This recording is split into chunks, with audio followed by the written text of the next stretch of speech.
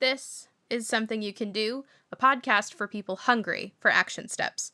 I'm your host, KJ Kozak. Let's get into it.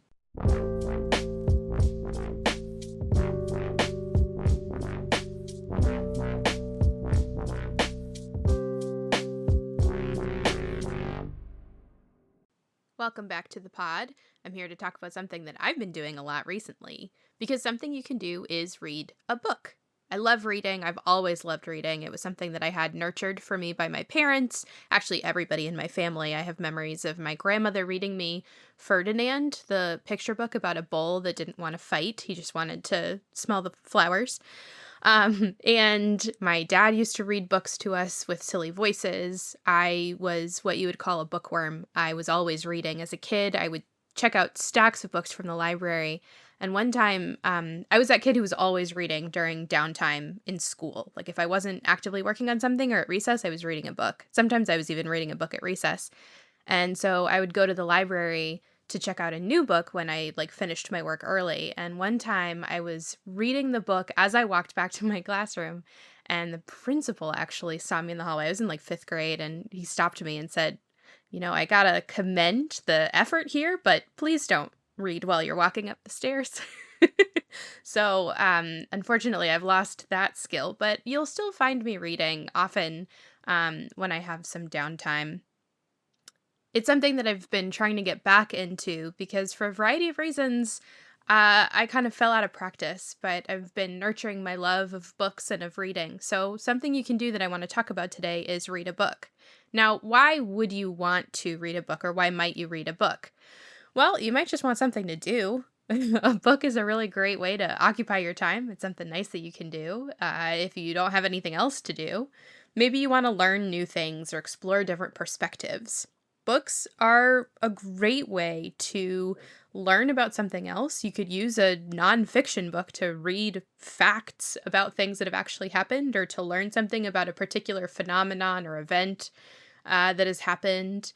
Or you might use fiction books to explore different perspectives, to think about, to reconsider a historical event through a historical fiction. Or maybe you want to read, I recently read Bram Stoker's Dracula, which was really interesting because it had such a profound impact on Gothic horror and zombies and vampires, and it just is so interesting. It's not a difficult book to read. It actually was surprisingly readable. And so I'm learning something about all of these cultural references from this book that a lot of them originated from. And, another reason why you might read a book like Bram Stoker's Dracula is because you want something to bond over with others. I got into it because of the movie Nosferatu, right? I was like, oh man, everybody's talking about this and I feel left out. I want to know what they're talking about. Maybe you have other people in your life, like I do, who are always reading and want to be able to talk to them about the things that they're reading. And I've got that of all types. I've had people in my life that like to read romance novels, and so I like to read books sometimes so that I can talk to them about what's going on. Or people that really love reading romantasy, sci-fi, fantasy novels, and I like being able to kind of keep up with them and know what they're reading and be able to talk about it. There are academic books that I read because there are people talking about different types of theory. I started reading The Origins of Totalitarianism by Hannah Arendt because there were people that were talking about her work and the impact it's had. So reading can be a way to bond with other people, to be part of a conversation, or to join a new community. People often bond over book clubs or book swaps, talking about particular books. And then there's celebrities like Oprah Winfrey and Reese Witherspoon that have their celebrity book club where they are choosing a book for people to read. I mean, it's a capitalism marketing tool, whatever, to get people to buy a book, but it's still a great way to be part of a community of other people that are thinking about the same thing and reading the same thing. So those are three general reasons why you might read a book. You want something to do, you want to learn something new, you want to bond over something with other people. Now, why am I talking about reading a book? Well, because I've been doing a lot of reading recently. It's January, so we just got through the holiday season, and I spent a lot of time on the couch with some hot chocolate, And I started to say chalky, and then I stopped, and I got something in between. So hot chalky, hot chocolate, hot cocoa, whatever you call it. I put marshmallows on top, and I drink it while I read a book. And so I love reading, and I love books, but I struggled for a long time with reading for a couple of reasons, personal reasons, right? Like I was really burnt out of reading. I did a lot of reading as a kid, and I just kind of reached a point where it kind of exhausted me, especially because the education that I had in grad school and college involved a lot of academic reading, a lot of articles, a lot of really dense stuff. I spent so much time and energy on reading that I just didn't have energy for reading for pleasure. I also spend a lot of my time doom scrolling and on social media, and it sort of filled up my time with a lot of kind of very mindless engagement. And for some reason, picking up a book was just challenging. Another thing for me personally is that I have impulse control problems when it comes to reading. I read very quickly. And so I would reach a point where I can't, like, if I start a book, I have to finish it. I have a hard time like just reading a chapter, and I'll talk more about that later. But so that's another reason why I'd kind of fallen out with reading because I couldn't just sit down and spend the whole day reading. I mean, I've definitely stayed up all night reading more times than I can count, but it got to be untenable. So I sort of just got away from reading altogether, which made me sad. So I've gotten back into reading recently. I've been trying to be more diligent with it. And I have a couple of specific strategies to help me with those particular challenges around the impulse control and the doom scrolling and burnout. But I'll come back to that. Let's talk a little bit about what the steps are involved with reading a book. Because this podcast is for everybody. Maybe you're reading a book right now while you listen to this. Maybe you've never read a book. Maybe you are somewhere in between. So I'm going to go through everything and think for yourself about whether reading a book is something that you might want to try. So the first step is to pick something to read. And there's so many ways to pick a book to read. You could read Bram Stoker's Dracula because I just told you that I read it, and maybe that's enough of a suggestion for you. Maybe there's a friend that's been talking about a book that they were reading, and you can go with that recommendation. Book Talk and Bookstagram or all of those other sort of online communities of people talking about books is a great place to find recommendations. People are often talking about the books that they're reading, the books that they like, or a website like Storygraph or Goodreads is a place where people, they're sort of like social networking sites where people will post about the books that you're reading. And oftentimes they're connected to like your Facebook friends list. So you'll be able to easily connect with other people that you know in real life to see what they're reading and what they think about it. So that's one place that you might get some recommendations or some ideas of things to read. Maybe there's something that you've been interested in that you want to learn about or a book you want to read and you keep seeing people talk about Nabokov's Lolita and you're like, I want to see this for myself. That's We can talk about Nabokov's Lolita another time. Maybe there's a bestseller list or you've seen from like a newsletter. So what I'm saying is that book recommendations are all around us. For many of us, it's all you have to do is kind of keep your eyes open and you'll see that people are talking about books and reading in a lot of different places. Or you could just, it's a great small talk item to bring up like in a non-pretentious normal way of like, oh hey, is anybody reading anything good? And 9 times out of 10 I think that at least one person will be like, yeah, and they'll tell you all about a book that they're reading. And sometimes it'll help you with an idea of something to read, and sometimes it will tell you that you really don't want to read that book. That happens to me sometimes where people will be like, oh my gosh, I've been reading this thing, and they'll tell me about it and I'll just be like, ooh, that's not my bag at all. Great, I'll put that on the list of things that I don't want to check out. So pick something to read. It helps to have an idea of the format, what you're willing to commit to. Like, are you looking for a fiction book, which is something that is made up, right? A novel or something like that.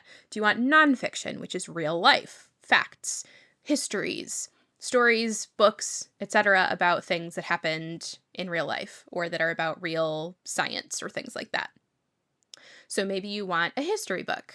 So that might be nonfiction. You want to learn about a specific historical event and the facts about it. Or maybe you want a novel. You want a fiction book that's a story. Novels all books can be many different lengths and different kind of like reading levels. So I encourage you to kind of like check out samples, or like if you're gonna buy an ebook, so oftentimes you can like read a sample of it, and you can get an idea of like whether or not it's going to be something that is going to be interesting to you. Maybe you take a look at it and it's tiny print and the sentences are like a whole page and you're like, no thank you, I don't want to do that. um and so having a sense of like what type of thing you're hoping for can also be really helpful if you're asking for recommendations. This is a good time to plug your local library. Libraries are wonderful, free places in the United States, staffed by people that typically, in most cases, really, really want to help you and are very educated. To be a librarian, you actually have to have a master's degree. So, like, with the exception of the people putting the books on the shelves, which I did when I was in high school, they're typically called pages, which I think is very funny. Library, pages. Not that type of page. But most of the people in a library have a master's degree. They have gone to school for a long time to learn about how to take care of books and how to share information. So if you go to the reference desk of your local library, they are most likely going to be very happy to help you find something to read. And literally, if you go to them and you're like, hey, I haven't read a book in a long time and I'm interested in getting back into it, and I'm looking for something that's going to be pretty easy to read. I'm a slow reader. I want something that is interesting and engaging and something maybe that's a little bit newer. They'll ask you more questions and be able to help you find something. This could turn into a podcast about recommending specific books, but I'm not going to do that. This is up to you. It's whatever you want to read. And that goes into the next step involved. So after you've picked something to read, you want to acquire that thing. Your local library is a really good place to find books. They'll have physical books. The reference librarian will be able to help you get a copy of that book if they don't have it in their catalog. Most libraries are part of what you might hear referred to as a consortium, or a network. And so they share books with other libraries. So if they don't have the book, they'll just go to their like list of other libraries and find another library that has it, and then get it in what they call interlibrary loan, where they borrow the book and they give it to you. And when you return it to your library, they send it back to the library it came from, which I think is a beautiful thing.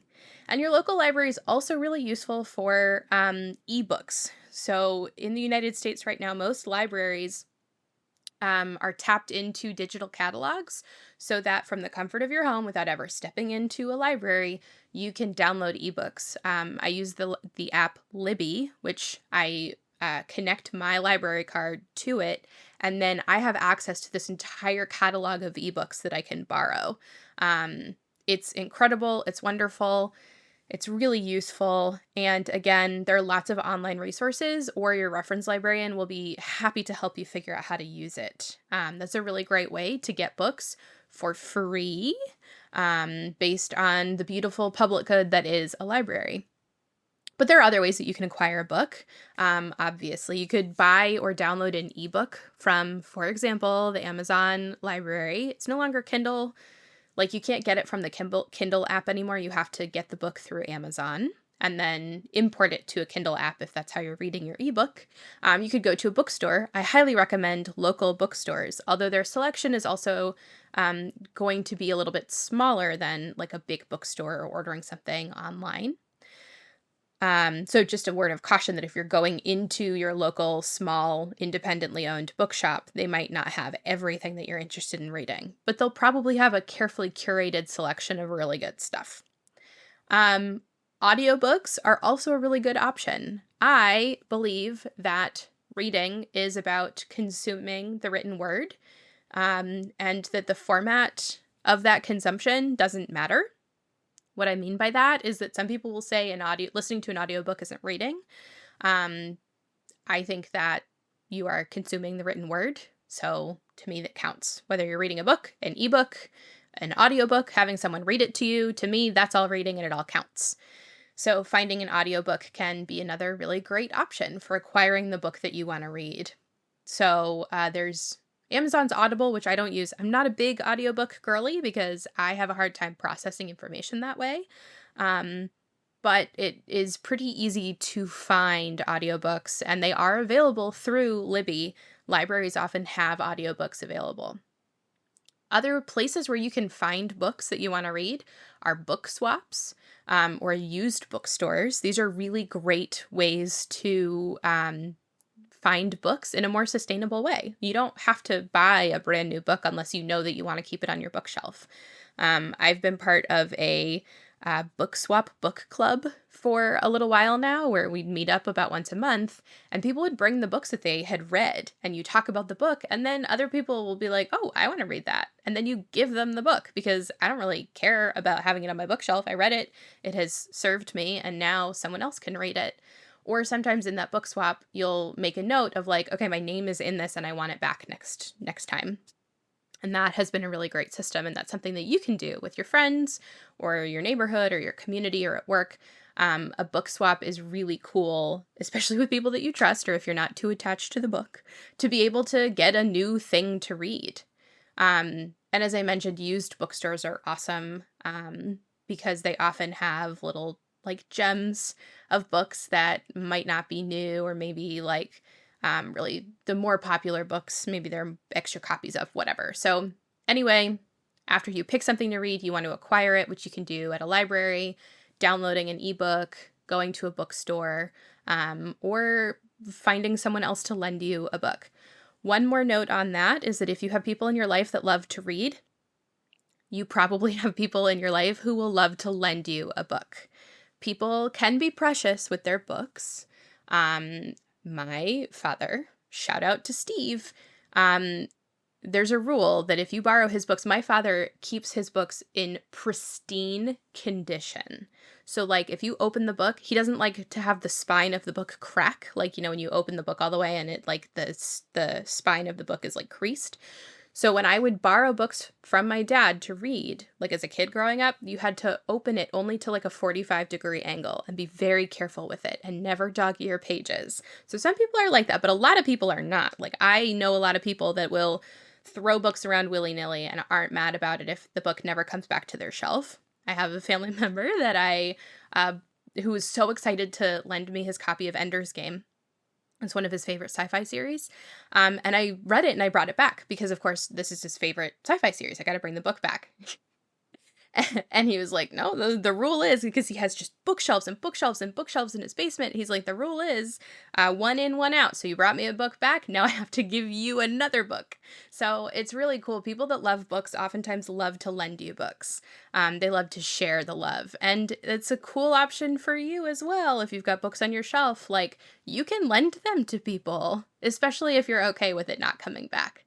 It's really a cool way to kind of give and take and be part of a community. So you pick something to read, you got the book, now you have to read it. For some people, this is very easy. Some people don't have any problems with motivation or dopamine, and so they have a book and they're going to sit down and read it and be super normal. I am not one of those people, and maybe you're not either. So what is involved in actually reading the book? So first, you might set a daily goal of pages or time for your particular book or just reading in general. And it can be really useful to do that based on the type of book that you want to read and the time that you have available. Because 20 pages of The Lord of the Rings, for example, is very, very different for me from 20 pages of The Iliad. For example, I'm reading Emily Wilson's translation, which I'm so excited about. But anyway, that's really different. 20 pages means something completely different based on how complicated and dense the work is, and even like the size of the pages.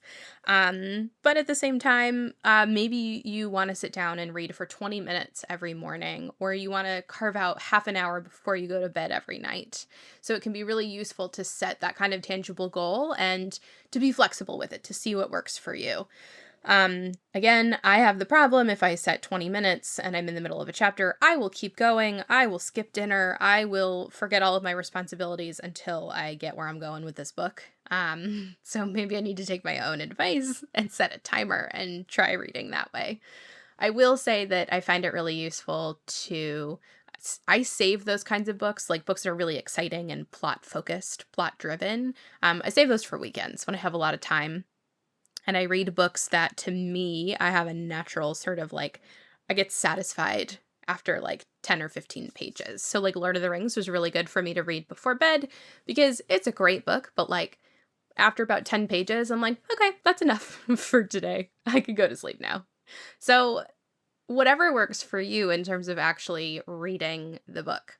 Now, some other things that might be involved for you for reading a book. Do not be afraid to Google things or look things up. I have, I think, a pretty advanced vocabulary, and I still have to look words up all of the time because I don't know every word. Even though I think 12-year-old me thought that she knew every word, I don't know every word. Adult me knows that there are things that I don't know, and I don't want to assume because it can really change the context of a book. So pause. If there's something that is not making sense to you as you are reading, don't be afraid to take a moment and look up the word or look up the phrase. I don't think this is cheating because I'm not in English class. I will look things up on the internet if I don't understand what's happening.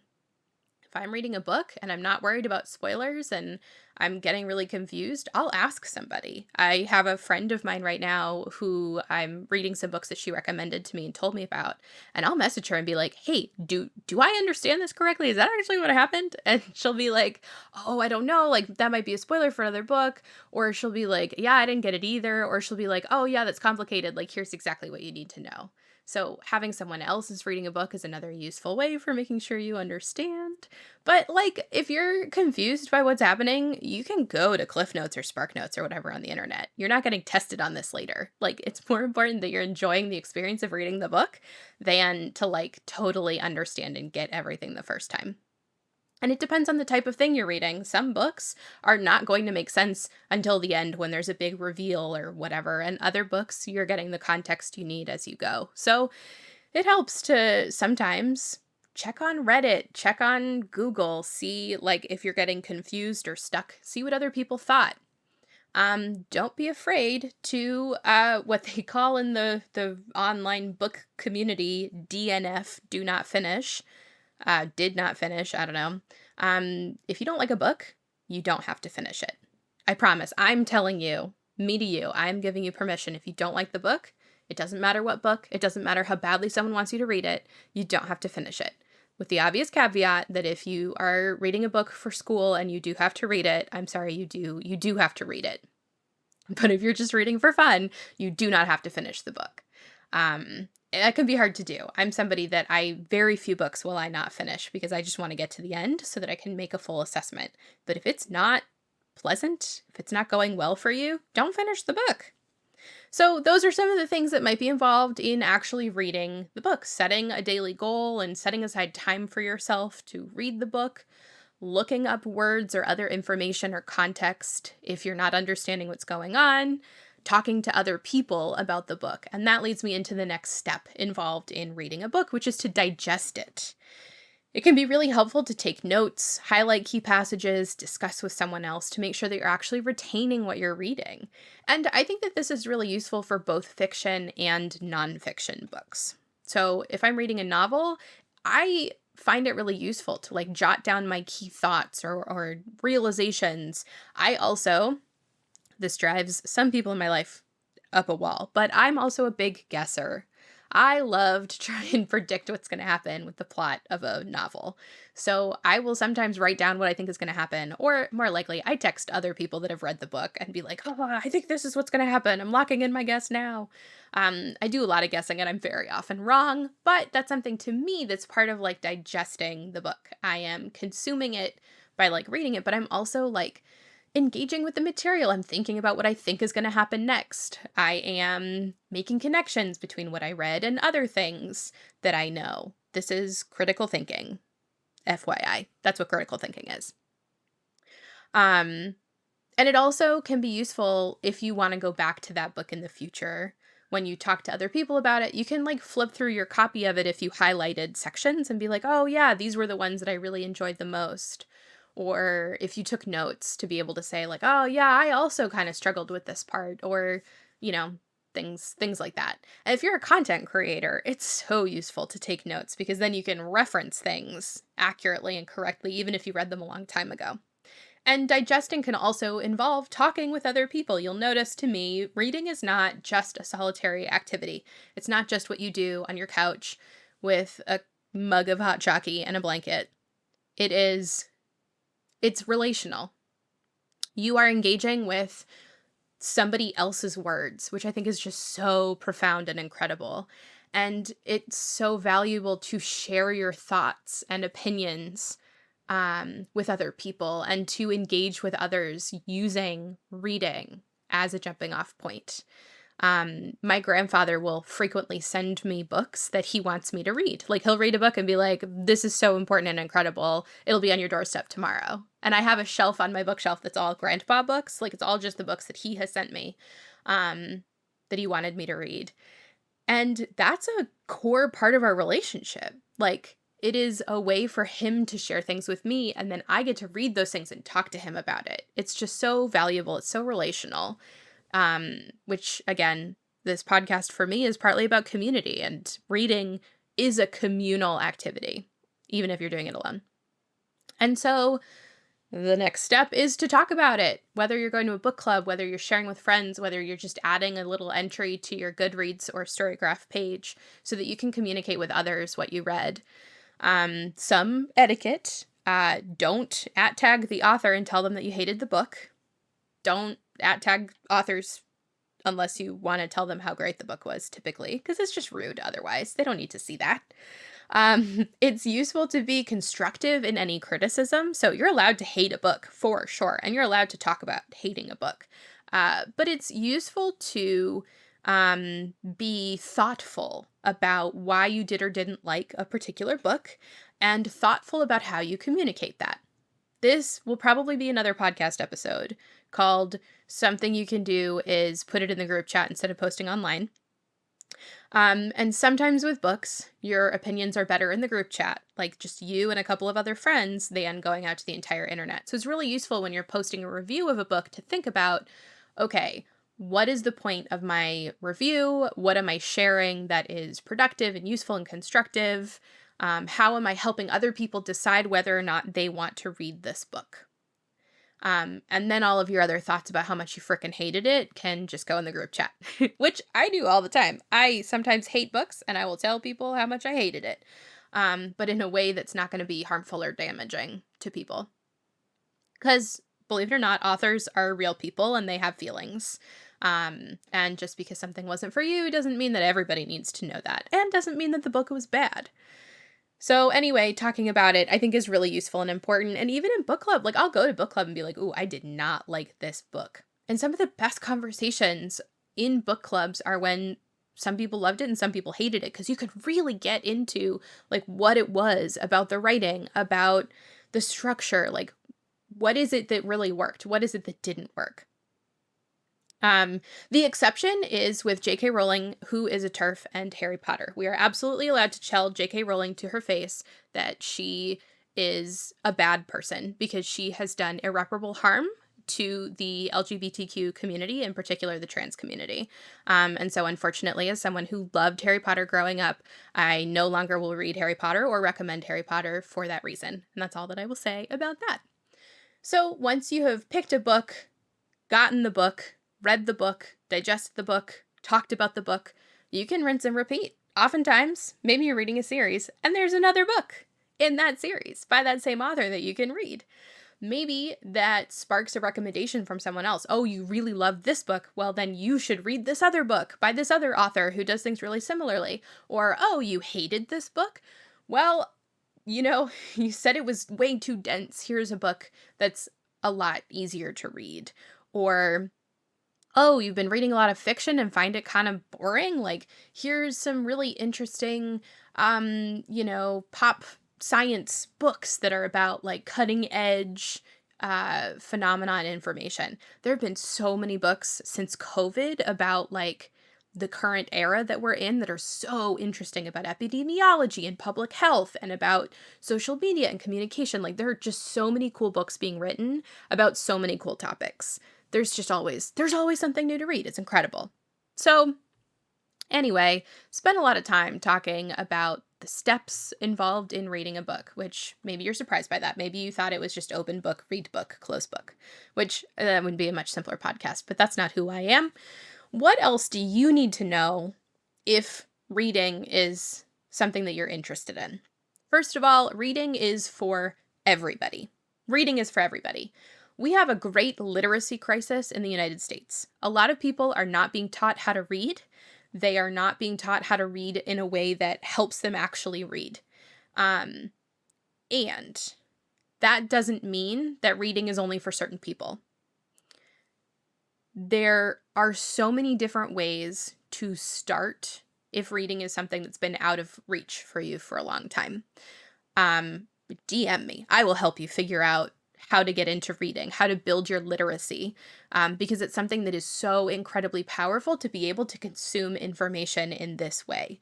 Reading is something that helps us transmit ideas. It helps us preserve ideas. It helps us communicate about our culture and our experiences and our perspectives and share them with other people.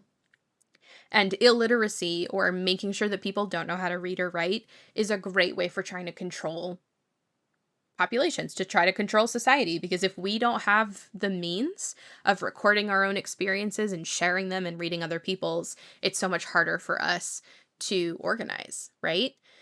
So reading is a great step towards empowering yourself and organizing and building a stronger community. And it can be an act of resistance.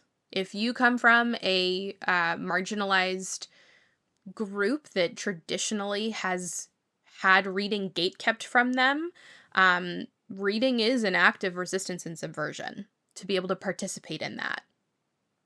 I got a little deep there, but I think that reading is just like, and you don't have to read. That's the other thing. Reading is not a moral activity, in my opinion. Reading itself is not good or bad, right? Like, it's not objectively better to sit down and read a book than it is to watch a documentary. And here's my argument for that. I could sit down and I could read absolute smut, and I could sit down and I could watch like a really well-made documentary about something like, you know, important and life-changing. Why is reading better than watching something, right? In that case, like, that doesn't make sense. But also, it's not objectively bad to read smut. Smut's great. It's not objectively bad to, like, there's no morality in it for me. I think it's a great thing that people can do, but I don't think that any given activity is on its own better than any other activity. So for all of you people who are like, reading is the best thing you can do out there, get off your high horse. Reading's great. It's so important. But like, there's nothing better about reading unless it is serving you in a particular way. So if you feel bad because reading is just not something you enjoy, don't feel bad. That's fine. Go listen to another episode of this podcast. There's so many other things you can do. But if you feel like reading hasn't been available to you and you want to get into it, it does not matter how much you read. It does not matter what you read. The act of reading itself is not good or bad. But you can use reading to expand your horizons, to share your own experiences with other people, to build discipline, to learn something new, or to get better at something like focus or attention or vocabulary. Reading is a way that you can become closer to yourself, to learn new things about yourself, and to share that with other people, to become more connected with other people. Man, I could keep talking about reading for a million years, but I feel like it'll be better served as other podcast episodes or other conversations, because this is something you can do is read a book. So let's summarize. You might read a book because you want something to do, you want to learn something new, you want to bond with other people. I think that this is important because I love reading. It's something fun. It helps me stimulate my mind, and it keeps me from doom scrolling on social media. The steps involved in reading a book are to pick a book to read, to get your hands on that book digitally or a physical copy, to actually read it, to digest it, to talk about it, and to keep going. And so I hope that whether you are in the middle of reading something right now, or you have an audiobook that you put on every time you get in the car to go to work, or you've never read a book before in your life, that you walk into your local library, you find something new to read, you request a book from the library that you found on Book Talk, that you open up a book and you think about reading a little bit differently. Hey, you did it. You finished an episode of a podcast. This was Something You Can Do with KJ Kozak. Now, remember, this podcast is something you can do, not things you must do or even things you should do. Some of our action items might contradict each other, they might not work for you based on your geographic location, physical ability, or personal preferences, but we hope that they still inspire you to think differently and act differently when it comes to the many ways we enrich our lives. If you enjoyed this episode, like, share, subscribe, give us 5 stars on Apple Podcasts. If you didn't like it, well, it sounds like a you problem, and I hope you have a good day anyway. You can find us on Instagram at SomethingYouCanDoPod, and otherwise, we'll see you here next time.